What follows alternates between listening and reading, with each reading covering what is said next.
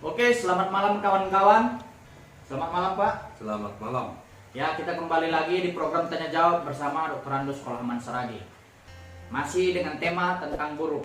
Nah, hari ini temanya adalah hubungan kerja. Ya, jadi ada perjanjian kerja baik secara lisan maupun tulisan. Nah, ini ada masuk pertanyaan Pak. Bagaimana syarat-syarat perjanjian kerja dalam ketenaga kerjaan? Baik, terima kasih kepada pemeriksa dan kawan-kawan semua, khususnya buruh yang ada di Indonesia.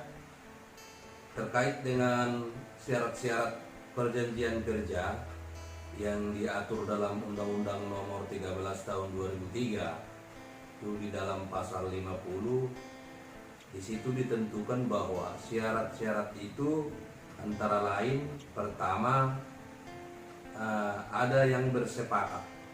Ya, dua pihak yang bersepakat itu adalah pengusaha dengan pekerja, itu yang bersepakat. Jadi kemudian itu yang pertama. Yang kedua adalah ada yang diperjanjikan. Objek perjanjian itu adalah apa yang harus dikerjakan dalam perusahaan itu. Nah, itu syaratnya yang kedua. Kemudian yang ketiga, yang diperjanjikan itu tidak boleh bertentangan dengan undang-undang. Artinya secara perdata, oleh karena yang halal dia yang diperjanjikan. Tidak bisa diperjanjikan misalnya yang bertentangan dengan undang-undang. Misalnya diperjanjikan membawa narkoba, itu tidak bisa. Artinya yang diperjanjikan itu oleh karena yang halal. Jadi yang diperjanjikan dalam hal ini adalah pekerjaan. Apa yang seharusnya pekerjaan daripada si buruh dan apa syarat-syaratnya, sejauh mana dia bisa bekerja, berapa upahnya, kemudian sampai mulai jam berapa sampai jam berapa, masuknya jam berapa. Itulah yang diperjanjikan di dalam ketenaga kerjaan itu. Itulah syarat-syaratnya. Kemudian yang berjanji itu adalah orang yang cakap hukum, itu yang keempat, ya. Yang cakap hukum itu artinya dia bukan orang yang gila atau bukan orang yang belum cukup umur. Jadi kalau di Undang-Undang Ketenaga Kerjaan itu dia cukup umur itu 19 tahun gitu. Artinya sudah memenuhi syarat dia untuk membuat perjanjian kerja. Sebelum dia berumur 19 tahun itu masih dalam kategori anak-anak gitu loh. Tidak berkewenangan atau tidak berhak dia membuat satu perjanjian dalam ketenaga kerjaan. Itu syarat-syaratnya. Jadi ada 4 syarat-syarat untuk membuat surat perjanjian kerja dalam hubungan industrial. Itu dia. Berarti baik secara lisan maupun tulisan, Pak? Ya, lisan dan tulisan itu sebenarnya kekuatannya sama, tapi banyak juga pengusaha membuat perjanjiannya lisan, tidak tertulis dia. Tapi seharusnya kalau dia mau membuat perjanjian yang sempurna, dia harus tertulis. Kemudian isi perjanjian itu harus seimbang antara hak dan kewajiban antara pengusaha dengan si pekerja. Seimbang dia, sama-sama terlindungi haknya, sama-sama kewajibannya berimbang gitu loh, supaya sempurna perjanjian itu. Itu dia, itu syarat-syarat untuk membuat perjanjian kerja. Oke Pak. Terus ada pertanyaan kedua. Ada berapa jenis perjanjian kerja dalam hubungan industrial, Pak? Ada beberapa jenis perjanjian. Pertama, seperti yang kita jelaskan terdahulu kan, ada namanya perjanjian kerja, ya. Kemudian ada yang kedua, peraturan perusahaan. Yang ketiga ada namanya perjanjian kerja bersama. Kemudian ada lagi perjanjian yang disebut PKWT, perjanjian kerja waktu tertentu. Kemudian ada juga satu lagi perjanjian kerja waktu tidak tertentu, PKWTT. Itu diatur dalam pasal 66. mulai dari pasal 64 Undang-Undang Nomor 13 itu diatur di sana tentang pekerja kontrak, atau dalam kata lain sering disebut pekerja outsourcing gitu ya. Itu dia, itu syarat-syarat. Jadi yang pertama tadi, perjanjian kerja itu dibuat oleh pengusaha sendiri. Ya, dibuat oleh pengusaha, maka kecenderungan isinya adalah berpihak melindungi kepentingan pengusaha gitu loh. Misalnya kalau ada pekerja yang mau bekerja, dia sudah siapkan draft perjanjian kerja itu, baru disodorkannya kepada pekerja yang mau bekerja itu. Kemudian ya diteken pekerja itu karena memang dia butuh pekerjaan. Dia tidak peduli apa isinya. Nah, itulah yang cenderung terjadi. Keseimbangan hak dan kewajiban itu hanya menguntungkan kepada pengusaha. Itu yang sebenarnya yang tidak pas juga menurut hukum, menurut tatanan keadilan gitu. Itu yang pertama. Kemudian di peraturan perusahaan juga yang kedua. Sama, peraturan perusahaan itu yang membuat ya pengusaha itu sendiri gitu, tanpa dibarengi duduk bersama dengan pekerja. Jadi sehingga kecenderungan keberpihakan itu kepada melindungi pengusaha itu yang mendominasi gitu. Itu dia yang kedua. Kemudian yang ketiga ada perjanjian kerja bersama yang sering disebut PKB. Sebenarnya ini yang paling sempurna. Kenapa ini paling sempurna? Karena perjanjian kerja bersama ini dibuat bersama dengan pejabat dinas tenaga kerja. Nah, kehadiran dinas tenaga kerja di situ untuk menggodok perjanjian itu harus ada mereka di situ. Jadi dan perjanjian kerja bersama itu harus didaftarkan di dinas tenaga kerja. Jadi ada keseimbangan hak karena pemerintah sudah ada di situ mengawasi jalannya penggodokan itu gitu. Jadi itu didaftarkan di dinas tenaga kerja. Itulah perjanjian kerja yang paling sempurna. Nah, jadi di situ sudah terakomodir semua, sudah tertampung di situ kepentingan dan perlindungan dua pihak. Ditampung kepentingan dan kewajiban buruh, ditampung juga kepentingan pengusaha. Jadi terakomodir semua di situ. Itu yang paling dekat kepada keadilan gitu, perjanjian kerja bersama. Itu dia yang ketiga. Yang keempat yang itu tadi, PKWT, perjanjian kerja waktu tertentu, PKWT namanya. Ini cenderung dibuat pada buruh kontrak, ya kan? Ini ditentukan kontraknya. Misalnya kalau di undang-undang itu kan minimal kontrak itu sesungguhnya 3 tahun. Tapi sering juga disalahgunakan oleh outsourcing, lembaga outsourcing, hal-hal yang seperti ini. Di mana penyalahgunaannya yang menurut undang-undang paling sedikit dia 3 tahun, mereka buat terkadang sekali 6 bulan, sekali setahun, ada yang sekali 2 tahun. Suka-suka gitu. Inilah yang melanggar hukum itu sesungguhnya.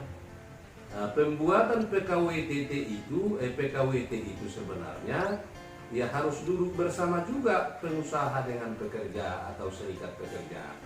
Tapi ini karena dia datangnya dari lembaga outsourcing yang cenderung, ini kan yang membuat ini kan outsourcing, penyalur tenaga kerja.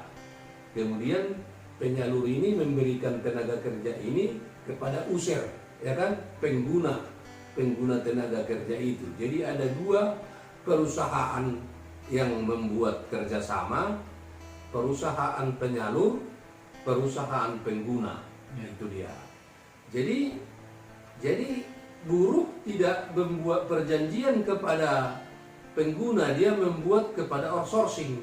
Itu dia. Jadi ini juga yang paling sering dipermain-mainkan lembaga outsourcing, lembaga yang sering kita sebut lembaga rentenir tenaga kerja ini, ya, yang seharusnya dia menurut aturan itu jenis pekerjaannya pun kan nggak sembarang jenis pekerjaan yang bisa di outsourcing. Ya. Tapi faktanya di lapangan selalu seperti itu. Semua pekerjaan bisa di outsourcing. Ini yang bertentangan dengan undang-undang.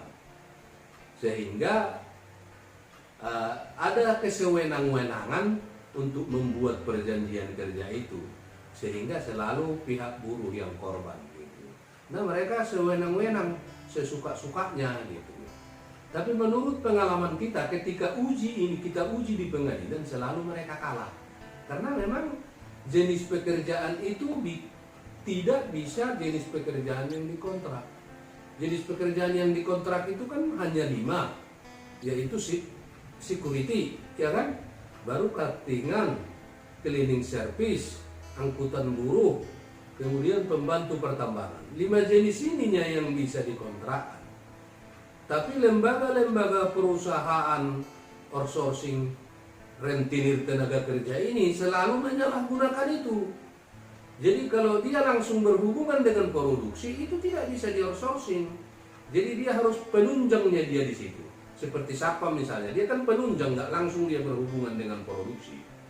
Penunjangnya dia, cateringan itu pun penunjang, angkutan buruh itu pun penunjang itu, cleaning service itu pun penunjang. Tidak termasuk itu dalam proses produksi yang langsung gitu loh. Jadi segala bentuk pekerjaan yang langsung berhubungan dengan produksi itu tidak bisa dikontrak.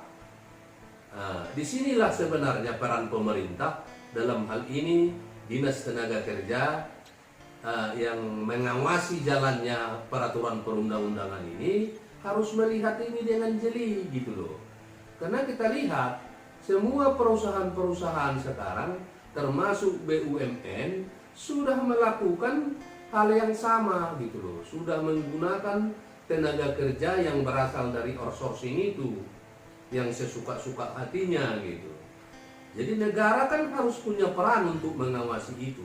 Dalam hal ini Kementerian Tenaga Kerja, Dinas Tenaga Kerja di provinsi misalnya kan, supaya undang-undang itu bisa berjalan dengan bagus, kemudian mengurangi dampaknya korbannya buruh. Yang korban ini kan selalu buruh. Dengan alasan kontrak misalnya, mereka kalau terjadi habis kontrak di PHK, tidak dibayar hak pasangannya, tidak dibayar uang penghargaannya, tidak dibayar pergantian haknya. Ini kan enggak sinkron dengan undang-undang. Yang pada akhirnya buruh itu menjadi tetap korban. Maka selalu kita minta kepada pemerintah supaya melaksanakan fungsi pengawasan itu dengan baik. Kalau ini tidak diawasi, ya akan semakin merajalela ini outsourcing ini. Itu dia. Itu yang menyangkut tentang itu tadi jenis-jenis pekerjaan itu. Jadi ada 5 paling setia jenis pekerjaan surat perjanjian kerja itu. Ada 5 jenis dia. Peraturan perusahaan, perjanjian kerja bersama, PKWT, perjanjian kerja waktu tertentu, kemudian perjanjian kerja waktu tidak tertentu. Jadi biasanya kalau kita uji ini lewat pengadilan hubungan industrial, memang kalahnya mereka. Karena memang menurut undang-undang ini seperti yang saya jelaskan itu kan, kalah mereka. Kalahnya di situ tadi. Jadi resiko PHK itu menjadi tanggung jawabnya pengguna kerja. User, bukan lagi outsourcingnya resikonya. Lari kepada pengguna tenaga kerja. Jadi PKWTT jadinya kan. Tadi PKWT yang dibuat outsourcing menjadi PKWTT. Resiko pasangannya menjadi ditanggungjawabkan kepada pengguna tenaga kerja. Itu dia. Oke. Nah, ini ada pertanyaan ketiga, Pak. Dan apa maksud dan tujuan manfaat perjanjian kerja itu dalam hubungan industrial? Ya, maksudnya itu tadi, manfaatnya bagaimana untuk mengatur perilaku pengusaha dengan pekerja agar jangan melampaui batas sesuai dengan perjanjian. Di perjanjian itu kan diatur mulai dari waktu kerjanya jam berapa sampai jam berapa. Ya. Nah, kalau terjadi melebihi dari situ harus dihitung lembur. Hitungan jam kerja itu 1 hari kan 7 jam, 1 minggu 40 jam. kan gitu. Di luar itu ya harus dihitung lembur. Nah, jadi aturan itulah yang diatur dalam perjanjian itu kan. Kemudian yang diatur yang kedua mengenai upah. Ya. Berapa upahnya per bulan? Kan itu dia, berapa upahnya, tentu paling minimal dia upah minimum provinsi yang sudah ditetapkan gubernur. Ya, kemudian itu tadi misalnya kalau terjadi sesuatu, kan harus diatur juga dalam perjanjian itu. Sesuatu itu misalnya ada katakanlah ada pemberian sesuatu dari pengusaha kepada pekerja, atau mungkin pekerja yang melebihi waktu memberikan kerjanya kepada pengusaha. Semua diatur dalam perjanjian itu. Itu dia, itu manfaat dan tujuan perjanjian itu, supaya ada aturan yang harus dilakukan bersama di dalam melakukan pekerjaan setiap hari itu. Itu manfaatnya. Jadi Pak, ada seperti ini. Kan tadi undang-undang mengatakan bahwa waktu satu hari kerja itu 7 jam. Iya. Nah, ada orang yang 8 jam tapi istirahat 1 jam. Itu bagaimana Pak? Nah, yang 7 jam itu termasuk istirahat. Oh, termasuk Iya, istirahat. jadi kalau dia 8 jam sudah dihitung 1 jam lembur. Kan gitu. Karena yang 7 jam itulah termasuk istirahatnya 1 jam pada saat dia makan itu. Oh, Nah, itu hitungannya. berarti bukan 7 jam kerja itu ya? Enggak. Itu 7 jam termasuk istirahat itu di dalam lah itu. Itu dia. Jadi kalau lebih dari 7 jam sudah harus dihitung lembur. Jadi sekarang di prakteknya di lapangan terkadang pengusaha ini membuat berlebihan, terutama di sektor security. Saya lihat kan banyak juga security anggota kita kan, Ya. itu sampai terkadang 4 jam lebih. Kalau di security itu memang 8 jam. Ada keputusan Kapolri tahun 2012 yang mengatakan dia karena dia di sektor keamanan, dia masa kerjanya itu 8 jam. Tapi di sektor security ini banyak yang lebih kulihat jam kerjanya. Bahkan sampai 12 jam. Dari jam 8 sampai jam pagi sampai jam 8 malam. Itu kan sudah 12 jam. Iya, sebenarnya. Iya, itu nggak boleh. Sementara upahnya tidak sampai juga upah minimum provinsi. Masih ada juga yang membuat hanya 2.200.000. Ada yang 2.600.000, ada yang 1.800.000. Mana ada 1.500.000.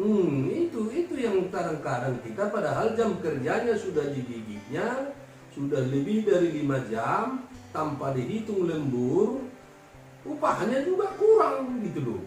Inilah akibat kelakuan perilakunya outsourcing ini. Inilah yang selalu kita sebut itu tadi, rente tenaga kerja itu. Ininya pelaku-pelaku kejahatan ini sebenarnya, yang pencucian nilai lebih itu kan orang ini yang paling jahat sekali. Jadi kalau ini dibiarkan, tidak ada kontrol dari negara, tidak ada kontrol dari dinas tenaga kerja, ini akan mengakibatkan itu tadi, yang menjadi korban itu tetap buruh gitu. Maka itulah peran serikat buruh itu, ya paling tidak kita harus ikut serta juga mengawasi ini dan memberikan informasi kepada pemerintah, dalam hal ini dinas tenaga kerja, untuk melaksanakan tugasnya dengan baik gitu loh. Nah, ini harus diawasi ini setiap hari. Banyak perusahaan-perusahaan outsourcing yang melakukan hal-hal kejahatan seperti ini. Itu tadi, pencucian nilai lebih. Masa dia bekerja mulai jam 8 sampai jam 8, upah minimum provinsinya pun tidak terpenuhi, lemburnya juga tidak dihitung. Ini yang perlu kita sebagai serikat buruh, kita juga harus peduli dengan ini, supaya buruh itu jangan menjadi selalu pihak dikorbankan. Itu dia. Oke, jadi pertanyaannya hanya 3, tapi jawabannya agak panjang juga ya. Nah, kira-kira Pak, tema kita minggu depan apa? Tema kita minggu depan tentang ekonomi rumah tangga buruh. Oh, ekonomi rumah tangga buruh. Ya. Nah, itu pakai undang-undang juga atau gimana Pak? Nanti kita coba pakai undang-undang juga, kemudian kita coba juga jelaskan secara ideologi marhainisme gitu. Oke. Nah, jadi kawan-kawan, sampai jumpa di minggu depan. Silakan juga kirim pertanyaannya. Ya, jangan lupa dukung channel kita ini Kaspi Bersatu, subscribe, like, dan tonton videonya. Sampai jumpa, selamat malam kawan-kawan.